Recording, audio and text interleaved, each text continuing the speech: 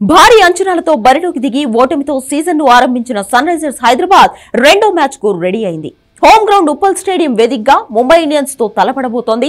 గత సీజన్ తో పోలిస్తే జట్టులో పలు మార్పులు జరిగినా తొలి మ్యాచ్ లో అందరూ అంచనాలు అందుకోలేకపోయారు. ఐపీఎల్ లో చాలా సీజన్లు పటిష్టమైన బౌలింగ్ తో విజయాలు సాధించిన సన్ రైజర్స్ బౌలింగ్ ఈసారి కూడా బలంగానే ఉన్నా కోల్కతాతో మ్యాచ్ లో తేలిపోయింది.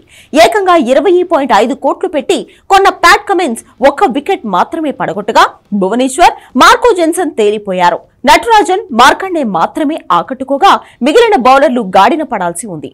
ఇక బ్యాటింగ్ లో ఓపెనర్ మయాంక్ అగర్వాల్ పై అంచనాలుండగా రాహుల్ త్రిపాఠి ధాటిగా ఆడాల్సిన పరిస్థితి ఉంది. అయితే wicket keeper Klaasen super form Sunrisers కు పెద్ద అడ్వాంటేజ్. కోల్కతాతో మ్యాచ్ లో క్లాసెన్ విధ్వంసకర ఇన్నింగ్స్ తో రెచ్చిపోయాడు.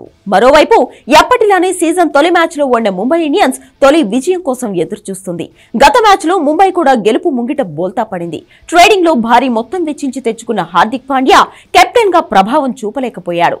దీనికి తోడు బౌలర్లను సరిగా వాడుకోలేదని, బ్యాటింగ్ లో తాను 7వ స్థానంలోనూ రావడం పైన విమర్శలు ఎదుర్కొన్నాడు. దీనికి తోడు రోహిత్ శర్మతో పొసగడం లేదన్న వార్తలు వస్తున్నాయి. ఇలాంటి పరిస్థితుల్లో పాండ్యా జట్టును ఎలా నడిపిస్తాడనేది చూడాలి. బ్యాటింగ్ లో పలువురు స్టార్ ఆటగాళ్లు ఉండడం, బౌలింగ్ పరంగానూ పటిష్టంగా ఉండడం ముంబైకి అడ్వాంటేజ్. ఓవరాల్ రికార్డులను చూస్తే సన్ రైజర్స్ పై ముంబైదే పై చేయిగా ఉంది. ఇరు జట్లు 21 సార్లు తలపడగా ముంబై 12 మ్యాచ్ల్లో గెలిస్తే సన్ రైజర్స్ 9 విజయం సాధించింది. ఇదిలా ఉంటే మ్యాచ్ కు ఆతిథ్యం ఇవ్వనున్న ఉప్పల్ స్టేడియం పిచ్ బ్యాటింగ్ కి అనుకూలిస్తుందని అంచనాలు ఉన్నాయి. దీంతో టాస్ గెలిచిన జట్టు చేజింగ్ కే మొగ్గు చూపొచ్చు.